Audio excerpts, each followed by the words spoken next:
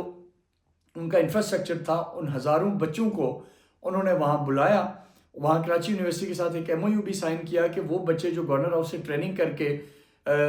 جب ڈپلوما پورا کر لیں گے یا کورس پورا کر لیں گے، انہیں پھر کراچی یونیورسٹی سرٹیفکیٹ دے گی، جو اگین ایک بہت میرے لیے اور ہمارا جو جتنے بھی لوگ تھے ان کے لیے بڑی ایک خوشائند اور بڑی پازیٹیو ان کے لیے ان کا ایک ایکسپیرینس تھا. ادر دین دیٹ پھر کومیکس کے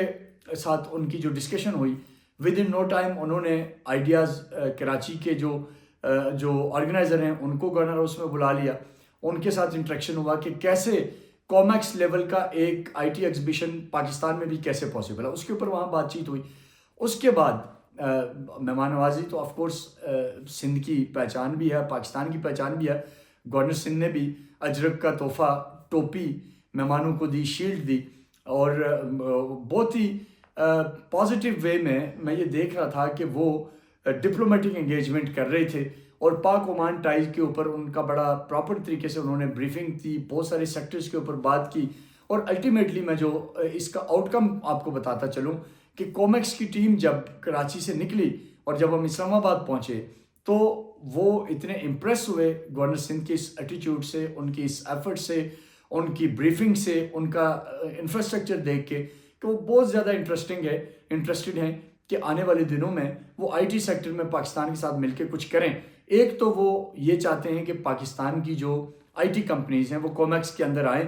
کومیکس ایک بڑا پلیٹ فارم ہے جہاں دنیا بھر سے آئی ٹی ایکسپرٹ اور آئی ٹی کمپنیز آئی ہوں گی، وہ آئیں، وہ آ کے اس کا حصہ بنیں اور وہ وہاں آ کے اپنی جو پروفیشنلزم ہے، جو سافٹ ویئر ڈیولپمنٹ کے اندر جو سکل ہیں، جو AI کے اندر پاکستانی ایکسپرٹس ہیں، جو دیگر آئی ٹی کے شعبہ جات کے اندر مہارت رکھتے ہیں، وہ اپنا وہاں شوکیس کریں. اور یہ سپٹمبر میں 2025 میں کومیکس ہونے جا رہا ہے جس میں وہ چاہتے ہیں کہ آئیں. سیکنڈلی انہوں نے مجھے کہا کہ ہم یہ چاہتے ہیں کہ گورنر سندھ جو کہ اس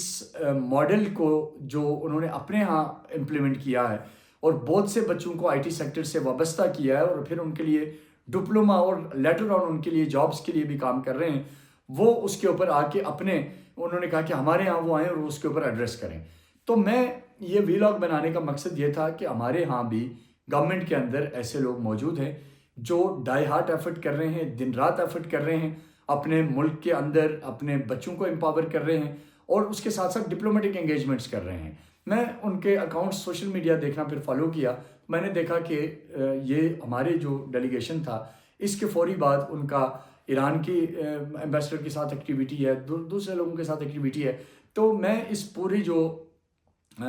اس ویلاگ میں جسٹ یہ کہنا چاہوں گا کہ جس طرح گورنر سندھ ایکٹیویٹیز کر رہے ہیں کراچی کے اندر، جس طرح وہ اپنے صوبے میں نوجوانوں کو اپلفٹ کر رہے ہیں، اگر اس ماڈل کو ہمارے دوسرے صوبے بھی کاپی کرے تو میں یقین سے کہہ سکتا ہوں کہ آنے والے چند عرصے کے اندر پاکستان کی جو اکانومی ہے اس کو آئی ٹی سیکٹر بہت بڑا بوسٹ دے گا. اور اگر یہ کومیکس جیسی ایکٹیویٹیز میں گورنمنٹ آف پاکستان ایکٹیولی اپنے ڈیلیگیٹس بھیجے اور کمپنیز کو امپاور کرے تاکہ وہ وہاں جا کے اپنے سٹال لگا سکیں، اپنی ایکسپرٹیز کو ایگزبٹ کر سکیں، تو یہ ہماری نیشنل اکانومی میں ایک بہت بڑا کنٹریبیوشن ہوگا. تو اگین میں کہوں گا گورنر سندھ کی جو ایفرٹس دیکھیں، جو ان کی ڈیڈیکیشن دیکھی، جو ان کی سنسیریٹی دیکھی، جو ان کا ویژن دیکھا، اس نے مجھے ایک بڑی امید دی ہے کہ پاکستان کے اندر جو حکمران ہیں ان میں کامران ٹیسوری جیسے جو لوگ ہیں وہ اگر اپنا کنٹریبیوشن جاری رکھیں گے تو وہ وقت دور نہیں ہوگا جب پاکستان کا آئی ٹی سیکٹر، پاکستان کی یوتھ، پاکستان آگے بڑھے گا.